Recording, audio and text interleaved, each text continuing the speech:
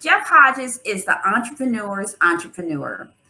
He has established businesses that reflect upon his passion of community and giving back. In this interview, he reflects upon what drives him to be better as an entrepreneur and just give 1% more each day. This is just me, Lisa B, and my guest today is Jeff Hodges.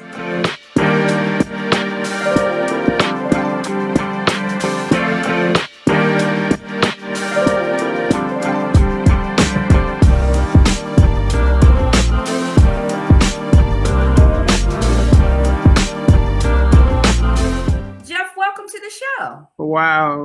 It's great to be here. It's great to be. Thank you so much for having me. I'm so grateful, and it's great to meet you. Lisa, you are amazing. Thank you. You know, it's funny how we met.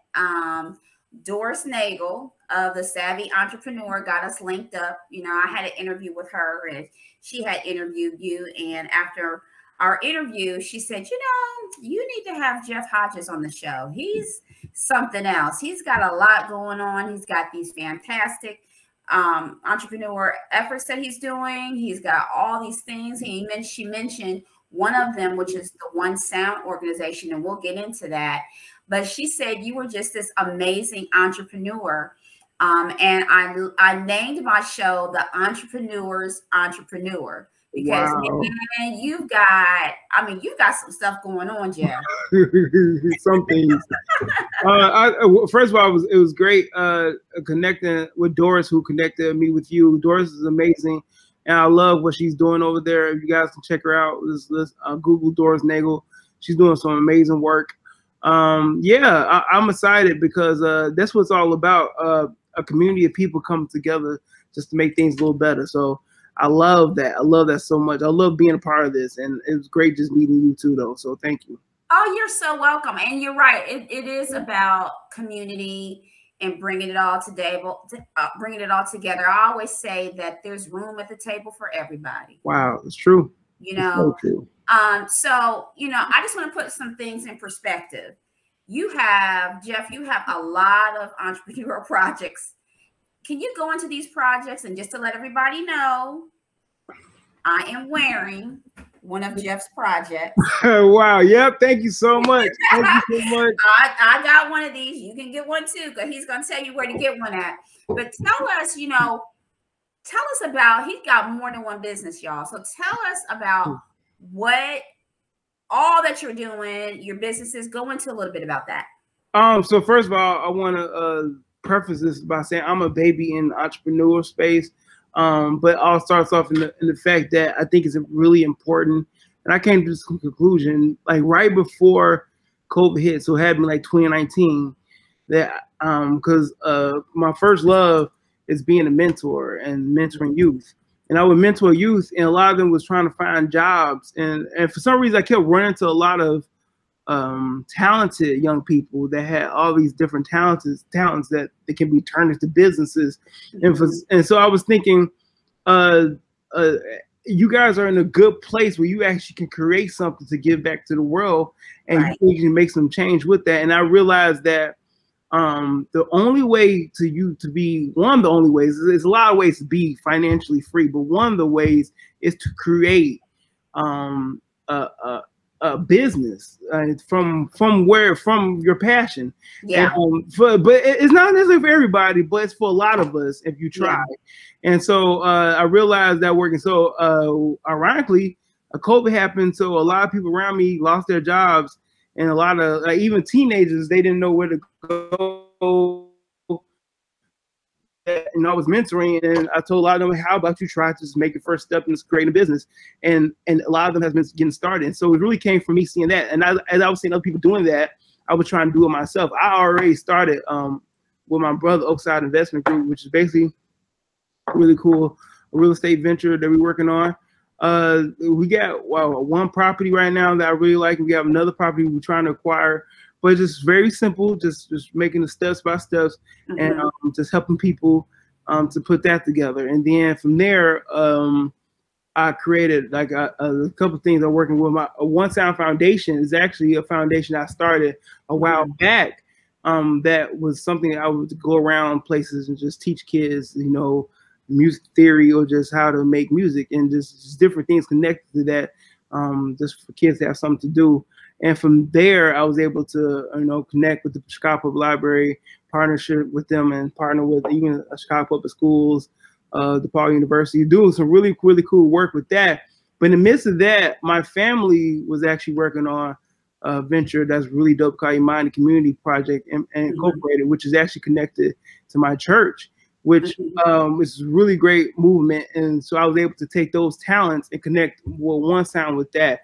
One Sound is still alive. Is that I really feel that's important, especially with community work, to find other people who is doing the work. I guess we go to that later. That's doing the work that I won't have to recreate the wheel. And I think it's more easy for me and you to feed somebody than just me by myself. And so I'm working with Imani, which is actually a venture that I'm doing with my family and some people from my church family, that we really just helping the South Shore community. And I was a really big part of creating the website and doing some of the marketing campaigns for that. And that's that. And so me and Doris talked a lot about entrepreneurship when it comes down to nonprofits, and that's a really big thing I'm working on right there. And then from there, we had a lot going on in 2021, so I really wanted to empower our community. I was like wearing shirts that say, cool things. So Ourculturestuff was something that came in my head. Shout out, I really appreciate you, Lisa, and taking it out. Ourculturestuff.com, where you can buy some really cool items connected to specifically right now Black culture, but as I'm trying to open up to other aspects of different people who love where they come from. And so it's really about empowering people.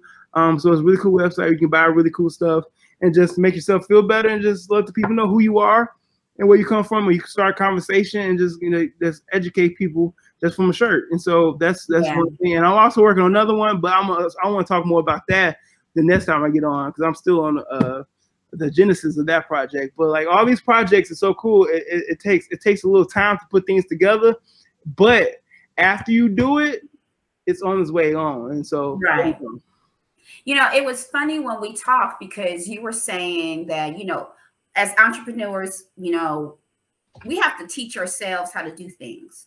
It's not like, oh, I know how to do that. Some of that is kind of like self-taught. And you were talking about how you taught yourself how to build a website. Yeah. You taught yourself how to do Google ads. Yeah. I mean, you taught yourself how to do Facebook ads, and you self-taught yourself that. Talk to me about, what that was like, and, how, like today, so now you could take that information and teach somebody else. But talk to me about, what that was like in your learning journey and your learning curve when you were building your businesses. So the way it started, when you first start a business, maybe everyone's not like this. I was intimidated by the actual the part of just starting it, and the big part about starting it, just putting yourself out there, maybe with the website. And so you see technology, and technology seems so difficult to get into, like creating a website or just creating marketing tools or just being out there. And so what I did was I'll try to start with what I was most passionate about, which I'm passionate about all of it, but I'm really passionate about community work, which that took me to Imani.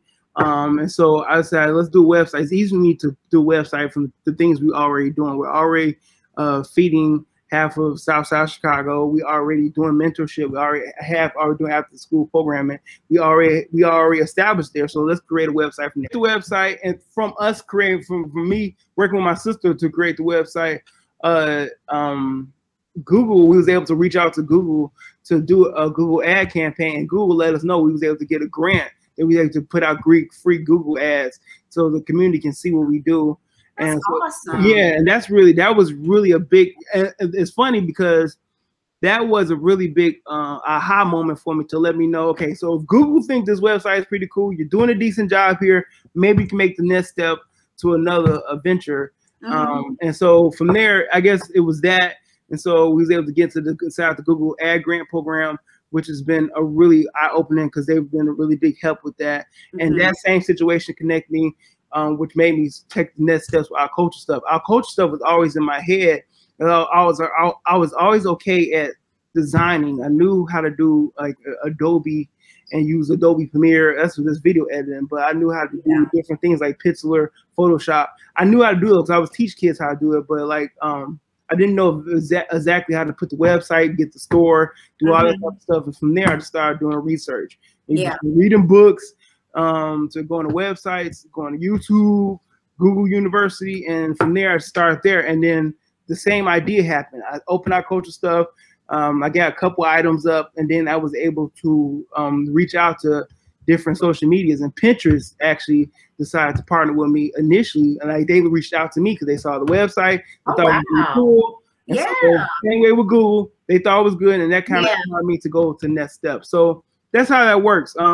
That's specifically with the website, and it's just funny. All it takes is sometimes it takes one step. Maybe you designing something, doing a pop-up event, and someone says, this is really good. Like the other day. I like that. Let me connect with you. Exactly. I got one thing. Like I got a hoodie. It's a Claire Huxtable hoodie. Claire Huxtable, she is a symbol of Black women who are independent, who is from the Cosby Show. She's really dope. I always looked up to her growing up. So the Claire Huxtable, Claire Huxtable Law and Associates sweater. Yeah, I saw that. Went out and I actually was like going on a run, and somebody saw it. It's like, this is an amazing hoodie. This hoodie is amazing. I love this, Claire Huxtable. And from there, I was able to network with them. They really liked the website. They actually buy some items just from simply seeing the information. So, but again, that goes back. Someone sees what you did, and then that gives me a little more oomph to go further. So that's how it worked. Yeah, and I think to piggyback on that, I think when you create because your website is amazing. Thank you so much. I think we need to also create with excellence. You know what I mean? You just can't go out and do something because you never know who's watching you. Yeah, you're right. You never know who knows who and who's watching you. You're right. You're right. You know, so and it just might be that tap on the shoulder, like, hey, we saw some of the stuff you are doing out here. I want to partner with you. You know, or I want to buy some t-shirts that go into my boutique or whatever. So that's, that just brings on, like, when you're out here, just put your best foot forward. You know, we're not saying you got to look like, Target, but just, you got to come out like Macy's. But, you want to just put that best foot forward and just tweak and be 1% better each day as you go along, because you just never know what's going to happen when you make that shift and when you do the best you can do and put your best foot forward. Yes. Yep. Lisa Brown, you bring the nuggets to me. See, I'm doing an interview and I'm learning. I'm eating at the table. Appreciate this. So you mentioned the Imani project, One Sound, Our Culture. What's your routine? That's a lot.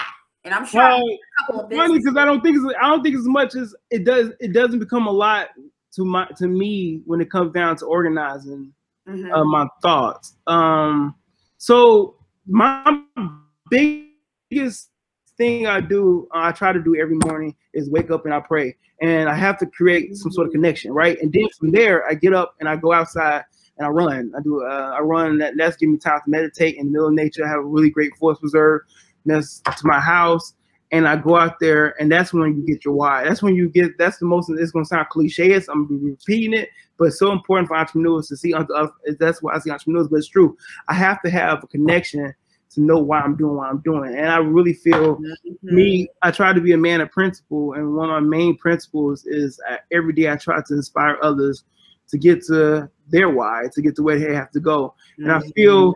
If I know what I'm here for daily, that I'm going back to that one, that helps me to get further to what I need to do. And that takes prayer, meditation, and just writing down the goals, and just literally sometimes meditating and going outside by yourself in nature, sometimes 6 o'clock in the morning, where you literally can get things out. Then the day goes so much smoother. And then you'll be able to get your goals out to get the things you need to get done.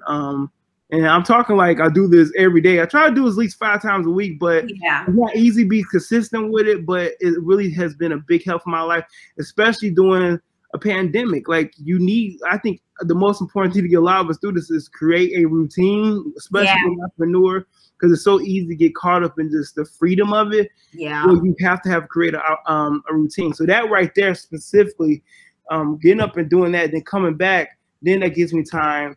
Because by that time it's like 8 o'clock in the morning. I'm able to go check the emails, check the budget, check my designs, also check in with all the other projects I'm doing, do all that stuff, get that stuff done. And then on top of that, I usually have a regular job stuff I got to do at 3 o'clock. I mean, like Zoom calls. And so my point is like get a routine, like you said. But the most important thing is to create some time for meditation, prayer, get to a connection where you can maybe get to your why, to why you do what you do. That way you won't get thrown off the way you got to go. Yeah. Are you an early riser? Like how early do you get up? I force myself to get up like 6 or 7. I force. It's not easy. Again, I'm not perfect. So I'm doing like this, waking up. But I know it's important to get that done because I think the most important thing for myself is be emotionally and spiritually in a good space daily. If I don't have nothing, but if I know who I am, that's all I need as a man. Yeah, I know that's right. You know, I struggle with the whole, because I'm so passionate about what I do, right? And, you know, there will be times when I'm just like grinding and then I don't get up, I don't go walk around, you know, I'm barely taking a shower. So it's like, you know, and it's like, because I'm just like, and I'm so, but you know, after talking to a lot of entrepreneurs, you got to pull back. You got to be able to pull back. You got to be able to refresh, relax, relate, release. You know, you got to do that. Because, you know, it's not going to help you or your business if you are, you know, broke down. Or you're just so burnt out. Your why is completely out the window. Because you don't care because you're so burnt out. So I'm working on that. It's a process where I've got to like, because I'm afraid if I miss this beat, you know, I'm gonna be left behind. But you know, if it's for you, it's gonna be for you. It ain't going nowhere. So I love it. And one thing too, burnout is so it can sneak up on you. That's the thing that it sure can. It'll be one of the things where you think you're okay. You think you're okay. You think okay. Then one day you don't want to get up, and you look up. It's 2 o'clock. It's 2 o'clock in the day. Because you got so knocked down by so much going on, and now you have a lot you have to get done. And so that's why I push myself to at least do that. There's days when, like you said, you was telling me about that 1%. There's days I'm only able to get to the 5%. But the biggest thing I did that day was the meditation part, because now I'm at a good space. When I finally get to that point where I got the strength to get there, I'm able to go hard because I took that little hour time in the morning. That's, to me, it's like there's things I force myself to do, and that specifically I force myself to do that because burnout has creeped up on me so many times. Like I'm also like a musician. Growing up as like just being a pastor's kid. It's so many things. I've had stressful times in my life. My mom, she passed away like in 2019. So, excuse me, I'm stuck in 2019 some days because it's like, but you're going through so much. If you don't find a routine to get yourself to emotional, spiritual place, it will creep up on you where you're not in a good space, where you're just getting so much done. And that's one thing about entrepreneurs. We think we're getting so much done, but we're really breaking down. And in order for you not to be able to be in that space, you have to sit down, write down, relate, breathe, like literally breathe, listen to your goals, listen to the silence. You know, that I know everybody don't have a forest preserve or somewhere to go outside, but like turn on some nature music or some nature sounds or something. You have to get to a place. Turn on some music. Yeah. You know, turn on some music. For me, I call it decompressing. Yes.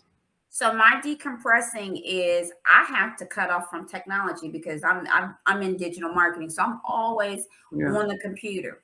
My decompressing is I create. So I refinish furniture.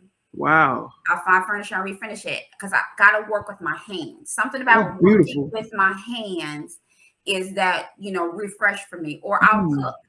Wow. Something about, you know, creating something from nothing without, you know, looking or putting it together on a computer is refreshing for me.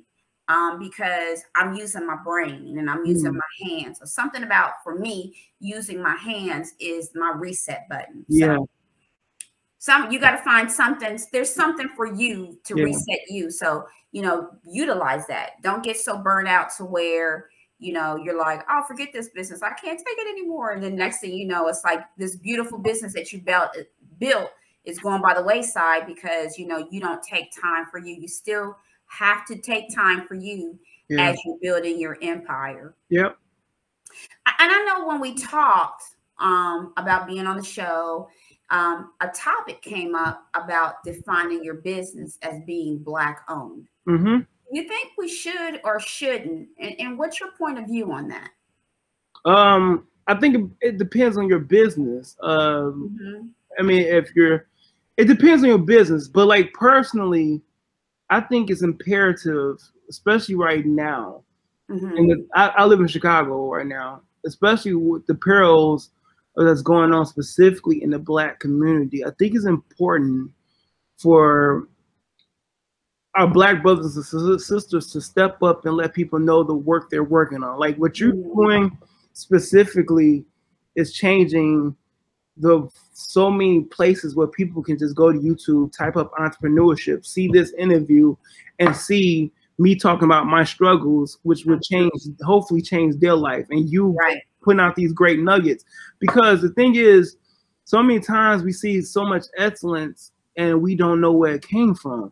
And you better speak that. That's so true. And that's all we see, but we don't see the messy. Yes. And that's very important. I think I think we need to, and so that's where the power and the value in the Black owners comes from. So we have to know the value of each other, that what we came up with. Because here's the thing that's really powerful about the Black owned. A lot of other cultures, which I have no problem with this, they do look out for each other. Some of the biggest businesses, Walgreens, that's a family-owned business. Culture. Walmart, that's a family-owned business. Culture. Some of the biggest billionaires, I'm pretty sure 30 years from now, there's going to be a Bezos on the board of Amazon. Culture. And to me, that's one of the whys connected to our culture stuff, because I want people to see that we can do excellence, and there's a lot more people other than me that's doing, like, even just t-shirts. A lot of the people, or apparel, there's so much that going on, but like I want to be a part of this movement, because I do think this is an entrepreneurial enlightenment season in the last 3 years. There's so many people have these great ideas. I think it's a generational movement going on. One of my friends, they were unemployed, and they was talking about I think it was on CNN how some billionaire that was talking about these people need to go back to work. I think the billionaires need to find out how many people actually starting business right now. It's a lot of people who are creating these businesses who are actually making some inroads now, because they was forced to do this, and a lot of people thought they had job security. It wasn't a thing. They had to learn that, I might as well go after what I'm here to do, and that's what I'm really passionate about. But specifically, Black people, we did not have a culture for us to lean on. We had to create. Black Americans had to create a culture, and that's the thing that's so powerful. That even if you go to my store, you'll see like different things that may be connected to, your favorite, character on some scene somewhere. That like, or not legally saying, but like a character on a scene that connects to culture. But like we had to create our culture, and from us creating that, you can see the greatness of what we're doing. And so I think it's important for us to be Black owned and family owned too. That's one thing I think is really dope for us. We need to start doing more, is to connect with each other. And like the way you can make great entrepreneurs, if you have children, little nieces, nephews, teach them how to create businesses. That way y'all can work together. As they get older, they'll have a good hold on how to create something. Therefore, you can create a empire, hopefully, and then you won't have to say it's Black owned. They'll see you on the cover of whatever, walking around. It'll say your name, Smith's, goods, and I think that's why it's specifically important, because I think we have to see greatness so we be able to copy greatness. Okay. Yep. You said it right there. You said that's an amazing answer. I think some people And I think I'm gonna do a poll on this on my Instagram, because I get varied opinions about, you know, I don't want to be Black owned because, you know, then it won't exude excellence. I don't want to be Black owned because I'm for everybody, and then they're going to think it's just for Black owned people, just the people that are Black.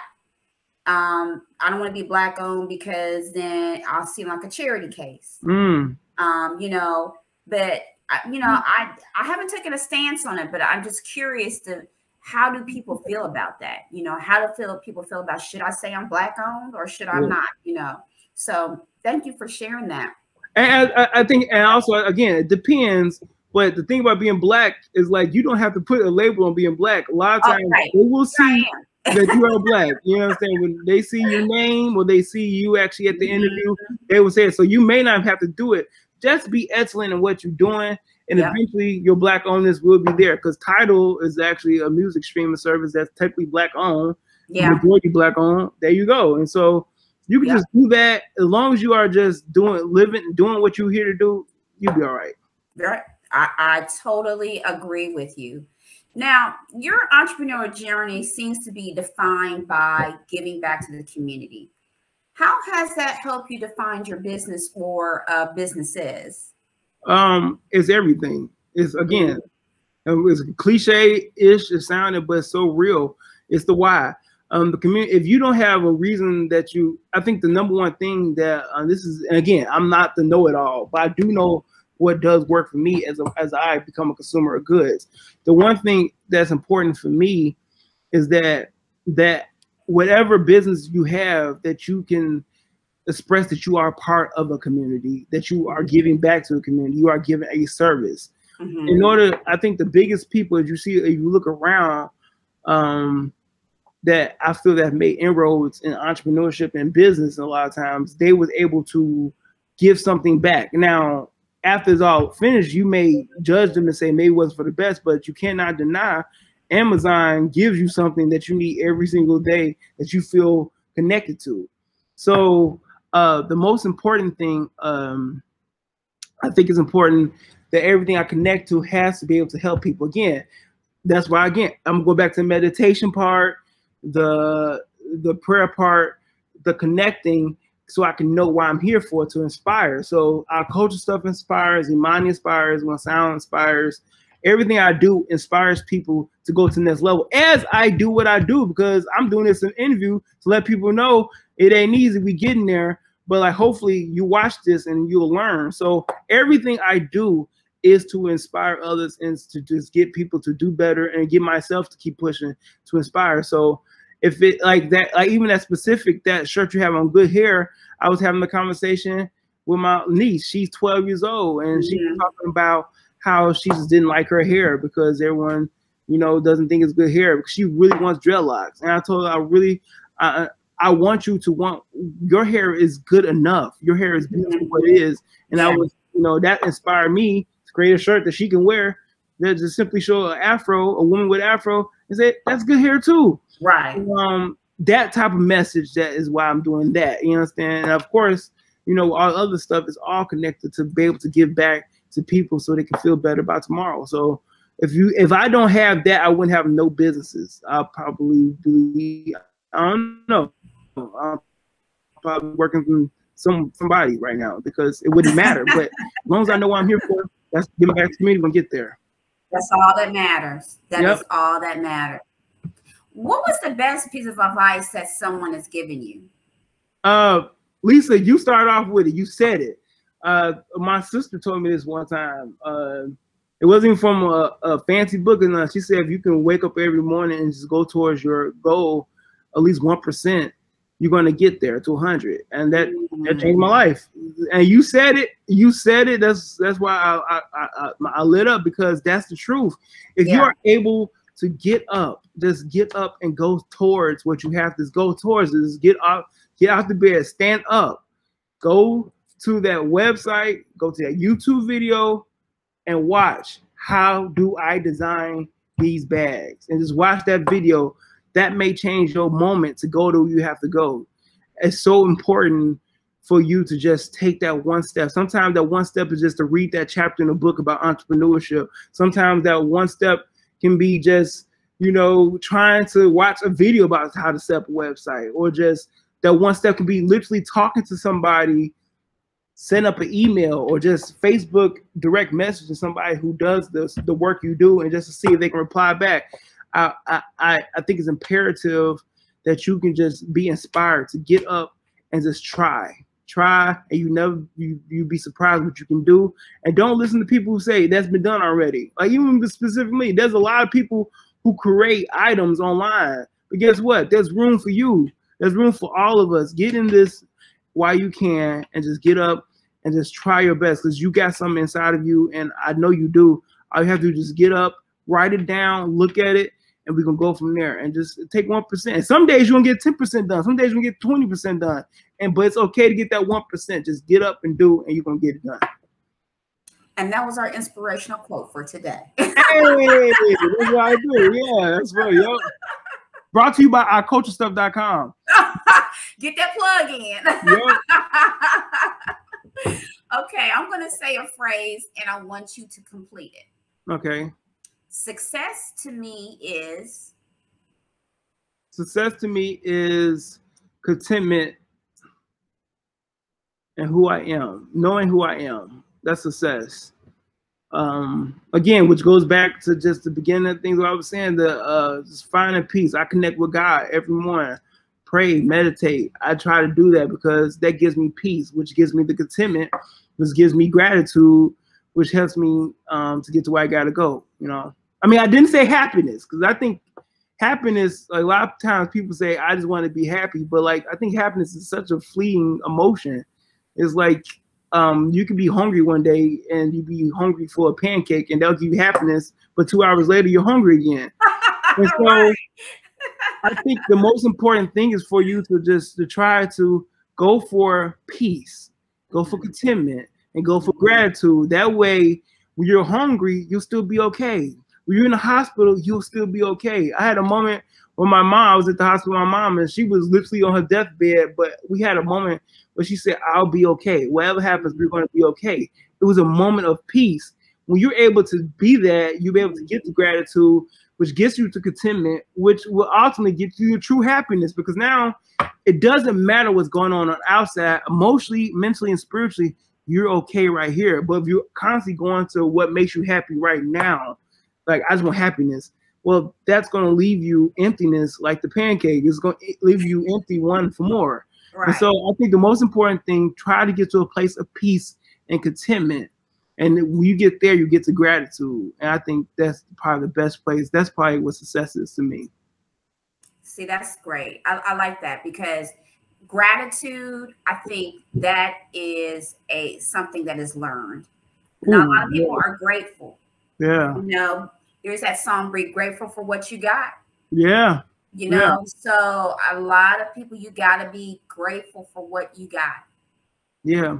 It's as simple as that. And I actually think, I was talking about happiness, but I actually think being glad and stuff, like, I think that can be something I think that's something you can take yourself to that space. Mm-hmm. I mean, a smile is literally you putting your muscles up like this. Mm-hmm. And if you keep doing that, you're going to feel good. Like, you know, there's some things you can try to get there. But I do think peace is literally something you can do if you can find you a moment, 5 minutes, where everything just kind of breathe and say, it will be okay. I will be okay. Your mind is going to physically go to a space where it's going to slow down, and you will get to that space. So, like, our bodies are amazing, but I think you can get your body to different places if you, like, breathe and take a time out and just let your body just lay down. And I think that works. I really, because I do it all the time. Yeah, yeah. You're not the only entrepreneur I've talked about. They say you should meditate. I'm not I like to do yoga. Yeah, which is a form of meditation. Mm-hmm. You know, prayer is a form of meditation. So I'm gonna have to. The hump I need to get over is to get up earlier. That's okay. That's the hump I got to get over. But I honestly don't think that's a hump. One thing I realized doing this, that everyone's different. Like, everybody, the thing is, the reason why you're up late because you can touch somebody that's up late too. It's like because some people are always going to be up to do what they have to do, or your mind works that way. That's the way God made you. You're made to do that. So again, I'm in a place where I am grateful for how we all work. Because like I'm up because that person may be asleep, but when I go to sleep, we need somebody else to be up to do what they got to do. Yeah. That's really the way we work. I don't think there's nothing wrong with being a late owl because that's the way you are. Like, I don't think there's nothing wrong with somebody who's all about the numbers and an artist. I think we all need to work together. I think the most important thing is that we really do need to appreciate each other for being a late owl. It's okay if you wake up at 10 or 12. Okay, that's what you do. And I can wake up right here. It's going to work out if we just work together and just say, okay, what you do is like, that's dope. That works. Because I don't care how late you specifically wake up. This is a great platform. Right. So what you are doing at night is amazing because you're touching people. So you're doing your job as far as Jeff Hodges is concerned. So there you go. I'm gonna receive that. Yes. So I'm gonna pivot. What was your first side hustle? My first side hustle. I remember in high school, I tried to sell fruities. That's I mean, it was a candy. It's a small candy. I sell those for like $1. I tried to do it, but my parents thought I was like, I don't know. They didn't like the fact that I was like some sort of like I was selling drugs or something because I was like so underground with it with the kids, and so I almost got in trouble for, to try to sell candy. I used to do it in high school. You know, because like I mean, because people you're making money in high school. People, I don't know what it was back then. But like I did that. And I guess going even earlier, I guess I don't know. But but looking back at being a musician, playing the drums, I used to play with the drums people like at 12, and I was making money doing it. I didn't think that you can do that, but I guess that was a side hustle back then. So like actually I do believe 70% of people were doing side hustles. They didn't know what it was growing up. So, so that's so true. A lot of my entrepreneurs I talked to, the first side hustle was selling candy. Wow! Yeah, these selling candy. Yes, candy. The majority of them. I think I'm gonna take a poll. The majority of them they sold candy as their first side hustle. I did that. I actually had some kids at my job because that's one thing I do. I do mentorship. And I was like, dude, like he said, man, because they always need money, like in Chicago, like, they always need money. Like that's one of the things. Like we, as a people, economics is like a lot of people are. Like I said, people are so anxious, but money will help a lot of people anxious. But anyway, he needs some money. I said, right. So instead, you ask me for $10 all the time for whatever, for your lunch money for next week because whatever's going on. How about this?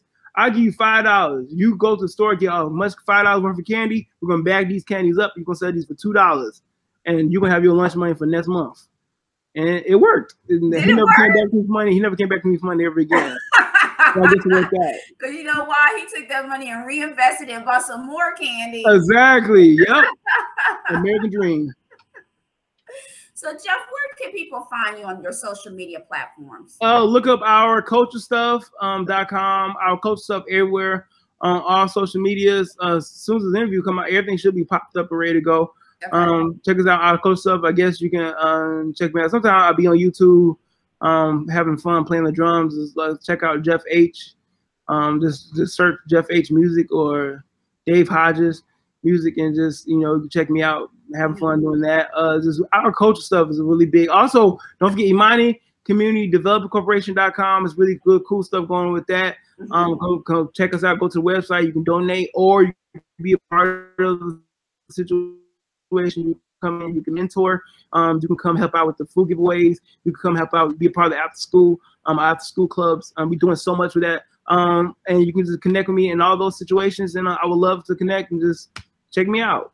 Also, my email is Onesoundfoudation@gmail.com if you would like to email me, or you got to email me at ourculturestuff@gmail.com. And also Jeff Hodges at ImaniCommunity.com. I get emails everywhere, but we working it out. I'm gonna put all the information when I put the video out. I'll put all the information in the description below, so people know how to get in contact with you. Well, Jeff, thank you for being on the show. I really appreciate it, and you taking the time out of your much busy schedule with your several businesses that you run Thank you for, your inspiration and your wisdom and, dropping some gems on us today. Thank you so much for that. No, thank you, Lisa, for having me. I'm so grateful for being on because what you are doing is amazing. And I would love to be on again. I'm going to stay a part of this community. Anything you need, Lisa, I'll always be here for you. And guys, you got to support this platform because she's doing some amazing things. And I'm so excited to see where you're going, Lisa. And yeah, this is dope. Thank you. Thank you. I appreciate that. I hope I'm doing something right. Oh, you are. You are. I'm like, am I doing something right? Am I doing it right? Yes, so you're doing right. That keeps me going. That's my why. That's my why right there. You define my why. Yep. Side Hustle Saturday community, you know where you can reach me. You can reach me on Instagram at sidehustle_Saturday. You can also reach me on Facebook at Side Hustle Main Hustle. And I'm on YouTube, y'all. Subscribe to a sister on YouTube at Side Hustle Saturday Hustle Talks, and all that'll be in the description below. Again, Jeff, thank you for being on the show. And Side Hustle Saturday community, I will talk to you soon.